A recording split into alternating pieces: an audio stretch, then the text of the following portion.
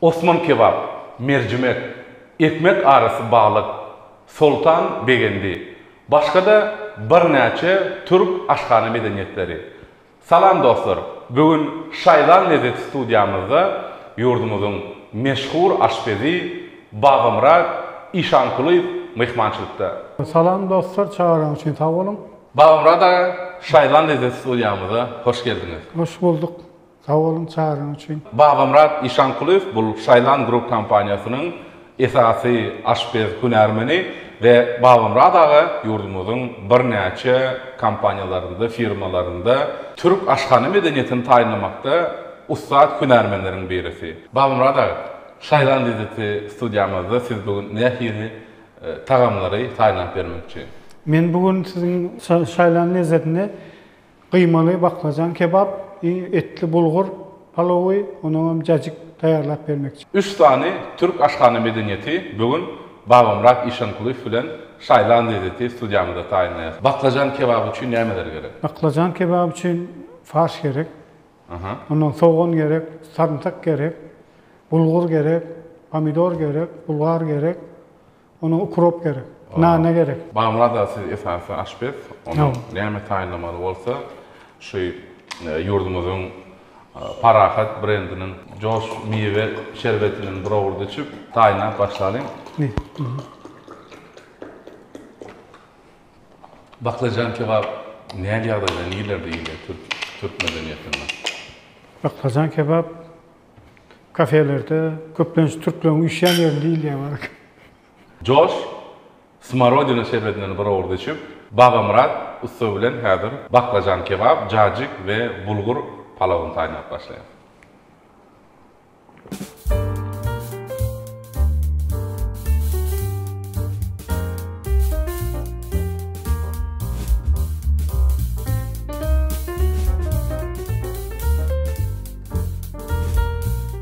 Ne baklajan alyaz, şunu şöyle arasalayaz. Tak, men soğan doğruya. Ne doğrama soğanı? Oğuncak, incecik etip. Neçe yıl aşpezçilik etdiniz? Neler işler gördünüz? Men ön işleyen yerler firmalarda işleyedim. O Türk kuchnelarında, o kafelerde işledim. Ay şu 3000 adamlığa nahar tayarlak gördüm.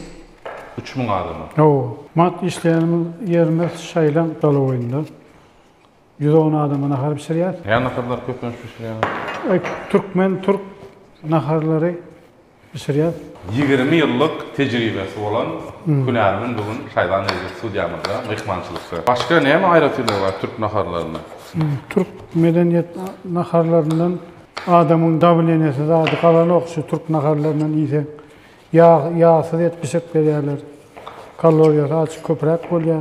Yağsız naharlar hükümünler var. Babamurad da siz baklajanı, yaman tiyle uğradığınızda onun daşını bir kere ağıl edip tuttuğunda? Baklajanın daşını ağıl etmek için pişirilendi, nahar oğudan çıkıyor. Bunun daşını ağıl etmenin sebebi bu baklajan diye zat dolu suya yatırmalılar.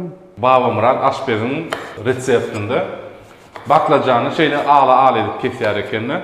Ne için ise oğudanlığı için yani. Babamurad da şu baklajanın daşı ziyanlığını peydalığı adamı. Sebebi Lukman Hekim bir nemesinde yazanda şey deyip yazıyordu, baklajanın daşını iyimen diye. Başka bir doktorun nemes kitabında yazıyor, baklajanın daşı peydalı deyip yazıyordu. Şimdi hayısı onu doğru, hayısını düşünmedim. Şu bir de bizim usulümüzde uğradığına şöyle ağlar etmeli, peydalı şu tagamını hem oğudurluğu için ağlar et pişiriyor. Halipalar ne hali uğradığını olsa şunu yoldan devam ettiğinizde. Onun daşını ağıl edenden son baklajan kebabı için şeyle doğramalı. O şeyle doğramalı. Ondan bunu doğrayar, biraz doğuda yatırıyor. Onu yağda kavurmalı. Kavurup öz başta sadece çıkarıyor. Pişen şeklinde. Babamurad da siz hem için bizim gepleşiğimizde baklajan kebap sayılamalı karar verdi. Şu nahar adamı peydalı naharlı. Kaloriyası eti hem de içinde de peydalı. Adamın davlenine kalmasından peydası var. Onun yenilrek nahar, içi et, farşlı, etli o naharda. Davleniyeni götürüyor mu düşürüyor mu? Kalanı götüren o. Götüren o. Doktor baklajan kebap, Babamurad usta'nın aytmağına göre davleniyeni götüren ok diyor. Orsto'da akroşka var. Onun Türklerde cacık deyip cacık diyor. cacık pişirecek yani. Şu ikisini hem tapavdı var. Tapavdı. Ortalar içine nemezat gökte yok hem medat koşuyorlar. Ortalar tapavdında Türklönküde nana koşuyorlar. Nana.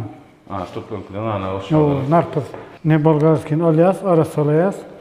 Son şöyle edil baklajan kesişimi de edip kesiyas. O şöyle bolgarskiler arasalayas. Andrei masterliği geldi de. Ol şu içinde DNA kaldırmayan arasılayar ekende. Siz içinde DNA kaldırayanız o ziyan yok mu? Yok mu deniz nedir? Yumalar mı tamamla? Sonundan yuvayanız. Yuvam ayır ya da deniz. Bağımına da öyle gelince nakar işleyen mesele işleyanız mı? Öy varamda öydeki yok vaktinde özüm pişiriyen, bağ vaktinde öydeki pişiriyen. Gelince baktıdır nakar siz işleyanız mı? Yok geleceğim. Köplünç Türkmen maşkaralarındaki ayağın maşkaları işleriydi. Erkekler dikin dikse nakar işirse kendim etmeyelerdi. Yok. Yani o son kadar bilirler şu erkek adam nakar işirse eli tamamlı diye. Ondan erkek adam dikin dikse ayağı kıydı maşkalardan kovduk geldi yani. Ondan size ne gerek şunu yapayım bolyardım başta ya. Bizim de şu mat öydeki yok vakti pişiriyen, öyde kovun akarlar. Dostlarım gelse de iş pişiriyen. O öz aramızda. Dostlarınızda ne nakar işiriyorsunuz? Şaşlık ediyaz mesela o balık kavuruyaz. Oğlumlar işte dinle yemek yemek ediyorlar. Şaşlık işiriyorlar. Şu şaşlık erkek adamla hareketlerini dinle. O. Köp yağdaydı. Ne şu baklajan alyaz hazır. Ava. Ne alıp suya yatırıyaz. Bir kapta tuz suyu.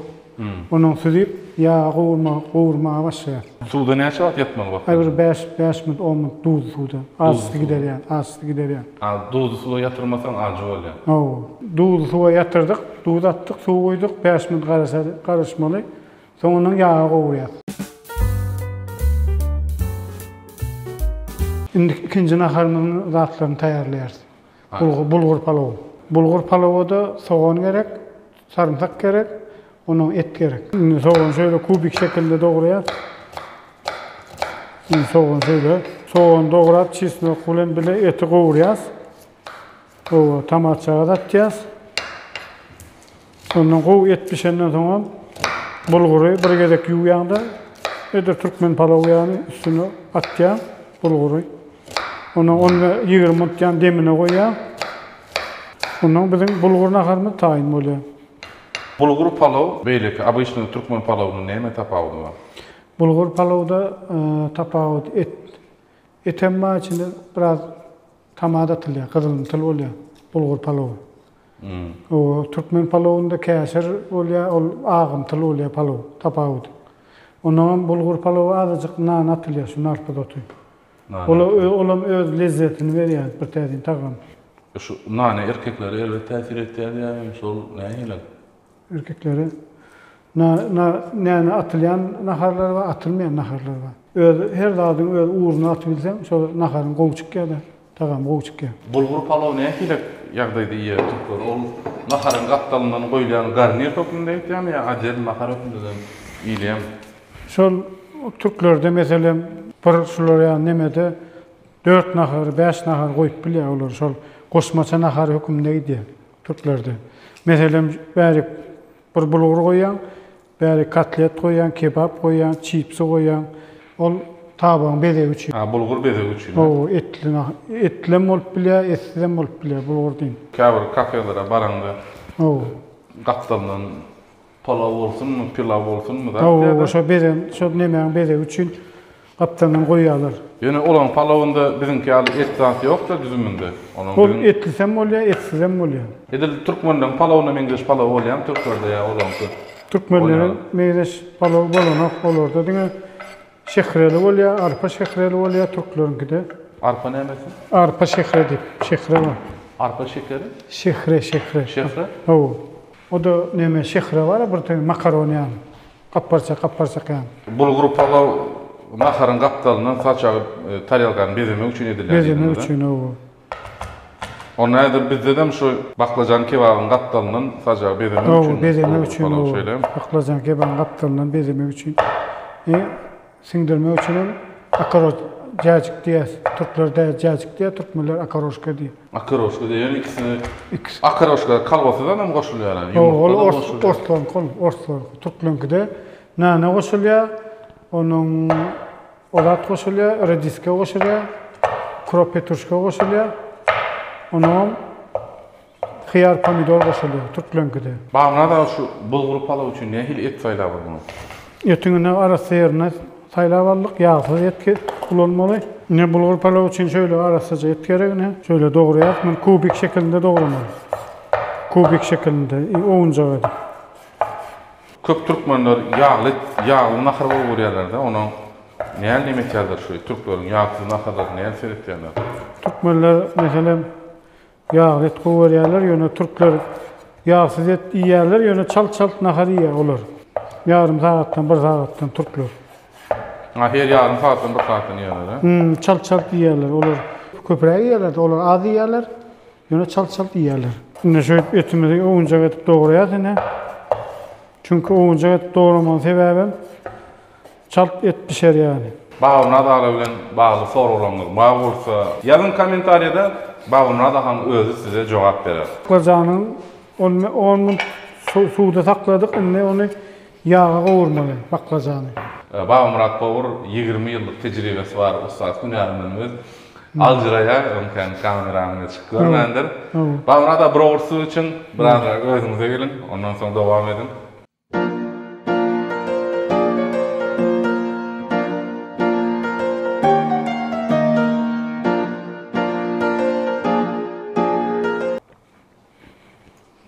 Bağ Murat da şu birinci gedek.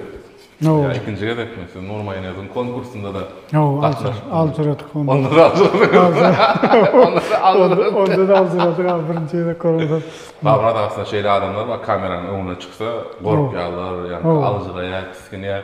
Ama neme değil ya, kamera fobiyası değil yani. Köp adam şonu yenk geçiyor, köp adam şonu yenk geçip bilmeyen birazcık kıyınçılık çekkenlerde.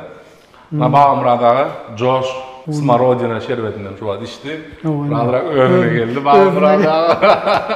Önüne geldi diyor mu? İndi ne etmeli? Etimi sen doğrap versen ben baklacağını yoksa doğrap böyle, ben doğrayayım. Eti şu sizin doğran şeklinizde men doğrayıveren şeylerden. Dostlar şu Bağ Murat'a baklacan kebabın, baklacan doğrup başlayan men bulgur palavın etin doğraya. Bağ Murat'a 20 yıllar siz nahar pişirende her hili yağdayı oluyor mu kadiyanlı? Şeyle yağdaylar oldu mu siz nahar pişirdiniz? Onun giden adamlara bir halamadı da, bir dat nita olupdur, bir dat daya olupdur ya bilemem. Öçürme, yağdan çıkardınız, hamrak olupdur. Son yanında yağdaylar oldu mu? Oldu, düzedi ya, şu yağdaylar oldu. Şunu azıcık yağcağı koyacağız. Bağdan etimizi atacağız yine. Ne? İlk etimizi yağa kovuruyoruz. Etin yağı lezzet çıkar yani. Yine eti oğuncak doğradık. Yine baklacalığımız orada piştik. Dostlar, Bağ Murat'ı biraz çekiniyor. Açılıp başladı. Yine cacığın dağıtlarını tayinat başlıyor. Kıyar sıklıktan geçiriyor. Bağ Murat'a siz şu işlerde başlayan, şunu kızıkta geçiyor siz öyle işlemi? Kızıkta geçiyor. Dostlar, Bağ Murat'a siz mehmançılığa çağırıp görün. Öz tağım tayinlasa, has kızıkta oluyor. Az gülkünç oluyor, biz kameradan kadrlarını kesip ayırıyoruz. Yönü ona seyretmezden o kadrlar az gülkünç rakıların için belki ayrıtını yapıp koyuyor. Cacık taynağında şu hıyarın sıykalış usulü var ekeni, şu usulüne göre sıykalmalı diyordu. Ne baklacağımız pişip başladı, ne sebedenden şöyle alıştırıyoruz baklacağını. Ne etimiz kavurulu. Ne men bulgurun soğuğunu bilen çisine onu atacağız. Yine baklacağları kavuşturuyoruz. Bağ Murat'a siz bir öz maşkalarınızda ne verseniz, ne yaşayacağınız var? Öz maşkalarım hakkında aytsam, iki oğlum bir kızım var. Ay tüylüm. Bir oğlum kulluktan geldi. Ay sağ ol, tüylüm. İkinci oğlum 8. kılar, kızım 5. kılar. Bir 5 küçük maşkalıydım. 5 adam memnun bol. Ata kesip oğlu halal deyip Türkmenlerin bir sözü var. No. Onun çağılarınızda sizin izinizden eğriyenler var mı? Şuna kiçik oğluma öğreden naharlar ne pişirsin öýde şunu yani öz boş wagtymda alıştıryan meselem ay bir bayramçylyk günler ya o täzir günler 3 milyon bolýar şonda özümçe şo ben pişirýän naharlardan azajyk pişirip öğreten çağalamy ýedirýän özüm. Bayramçılık olsa sizin gelen mehmanlar Bağmurat oğlum nahardan eldik gelirler ha. Ýerler gidýärler o. Onun öýdäki kiçik oğlum diye izin pişirmedim, kakam pişirin nahar diye. Şol gowy pişirýän nahar diye. Her bir kiçik şo naharlar pişirip görkezdim öýde, hakykatdan. Şonuň ýanynda atlar men meýdanda getip berenlerime pişirip berýärdim. Şol adamlara berýär, kafelerde, atlarda. Onun kiçik oğlum diye ecem pişirmedin, sen pişirsene diye şu gün nahar diye. Onun menemden berden ýadap bana din almaly. Ecene pişirdi. Tamam näme diýip.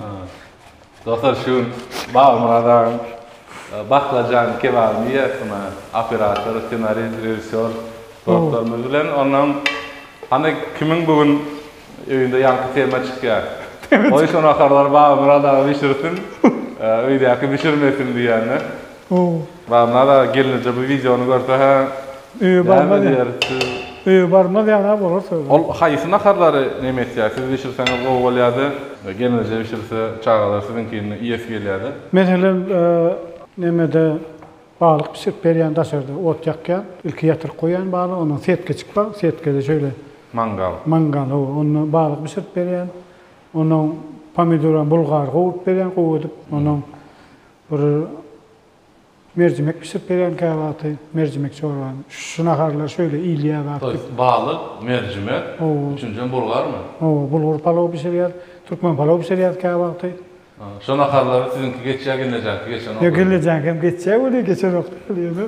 Kiçik oğlum diye kakam pişirdin de sen pişirme diye. Men öýe barýan bana pişir diýerler. Çağalar näme de? Gönü yüregindäki aýda. Gön aýda. Hakykata o çağa da näme?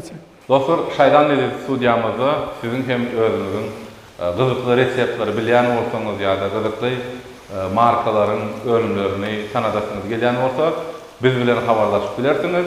Bizim Şaýdan dedi studiýamyzda öz reseptlaryňyzy, markalaryňyzy tanadyp paýlaşyp bilersiňiz. Ina nahar pişirip dukan, şu joş suwundan içsem adam bir täze heýjanlandyryp, bir göwniyet galdyrýan aga. Nahar pişirip duranda diye joşdan bir orada içip işleyen diye adam joşur ya diye. Adam taramlar, taram net diye diye. Al.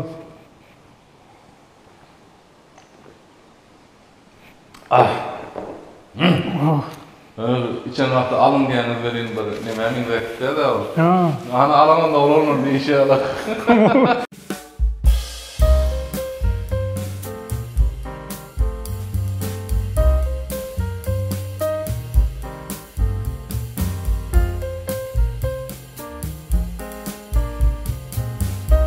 Bulgura bir çemçecik atıştırýar. Baklajan öz rengi pişen şekline gelýän baklajan. Onu ýagdan şöyle çykarýar, bu tabağa bunu çykarýar. Täzeden ýene atýar. Kızartmak üçin. Baklajan. Ine baklajan kebabymyz nemetdi.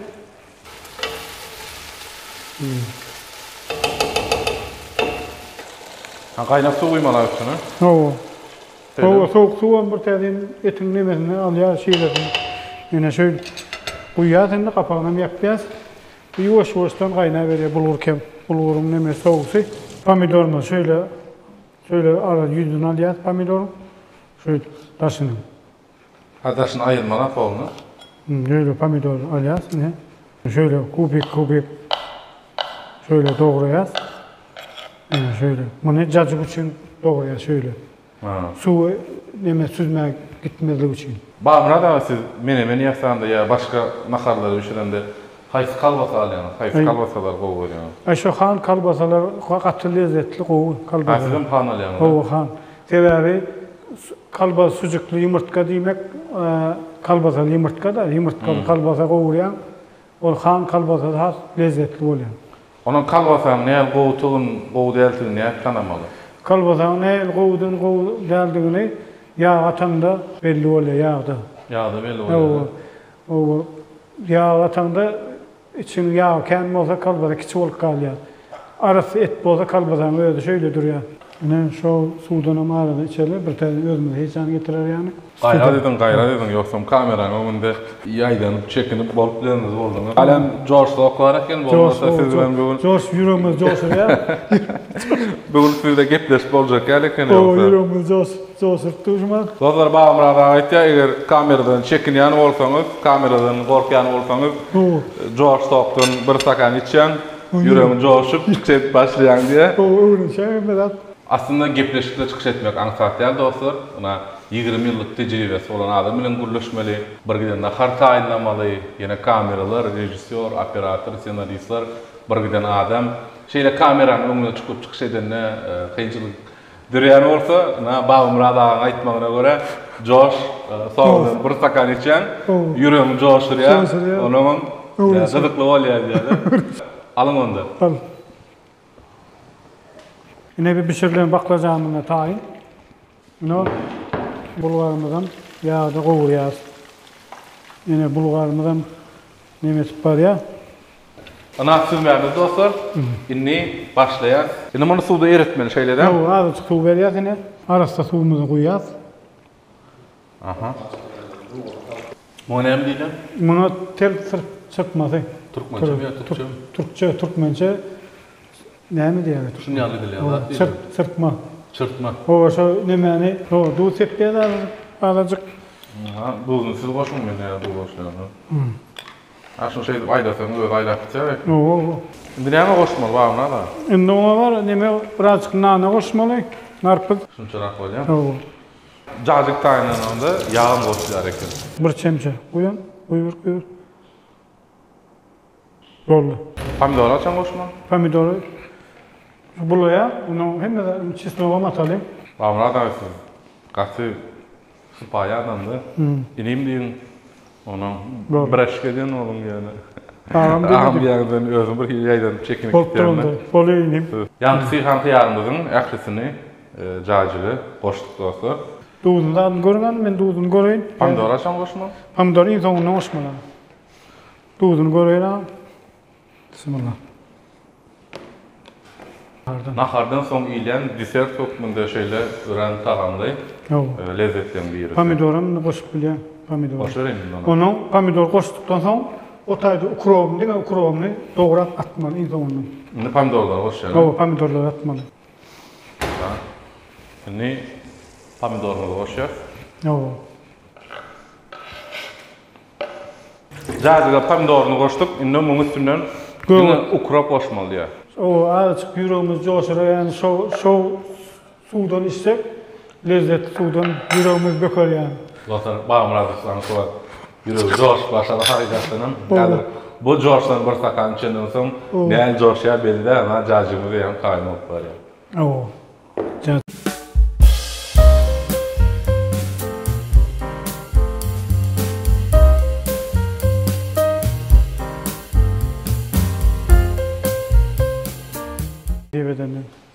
O da baklacanın etini ovuruyoruz.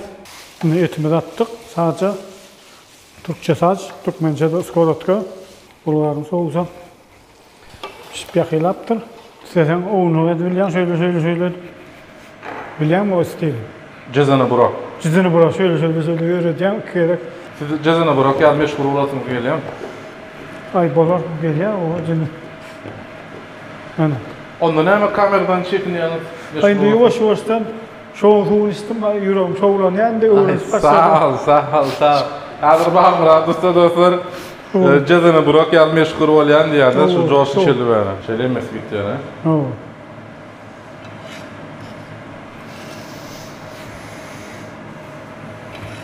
Ana.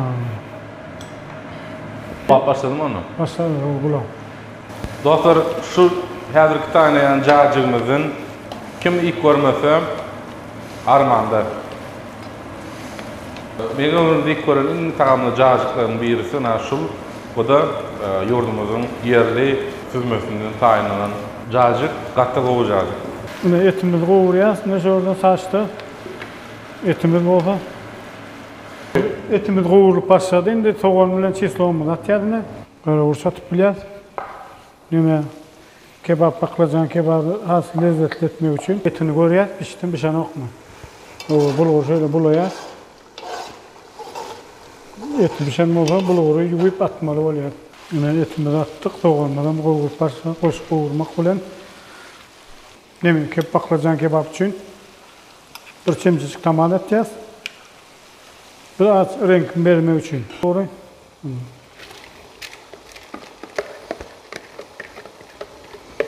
Atıştırıyor şöyle.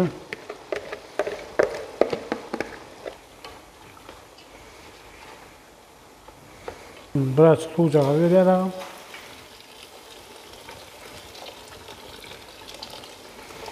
Ne suyun verdik, ne tip olsa şunu suyun çekkense bulaptırmadı onun resmin. Eder palav yani. Onun resmin. Yine bundan pişip yılladı. Vay Bundan pişiriyor da. Kebabın eti. Baklajan kebap.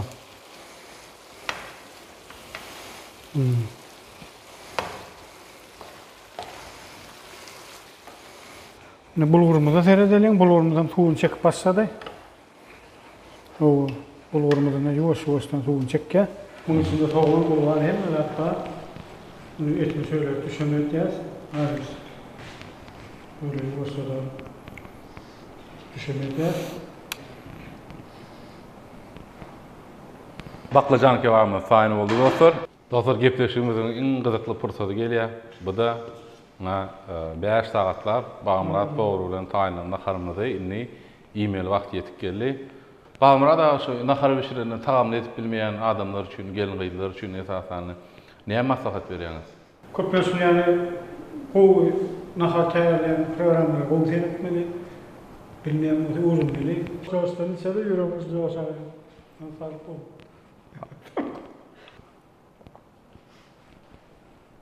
Dostlar, yüz götürüm TV önümlerden olan Josh şerbetini buraya içip inni Bagmrat usta bilen taýinlan naharlamazy iýilýän pursaty geldi. Ana bulgur palawy, baklajan kebap we jajyk gatgowy afarymlaýany nik görýär.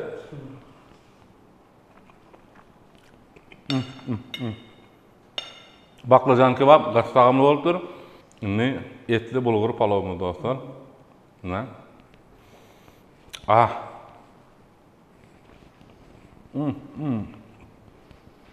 Bulgur palaw ören ütköşük palaw dostlar. Men ömrümde ilk gören iň ütköşük palawlaryň birisi bu etli bulgur palaw. O da Bagmrat Bowruň taýinlany.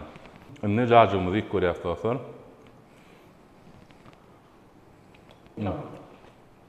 Aýdyp berýärler.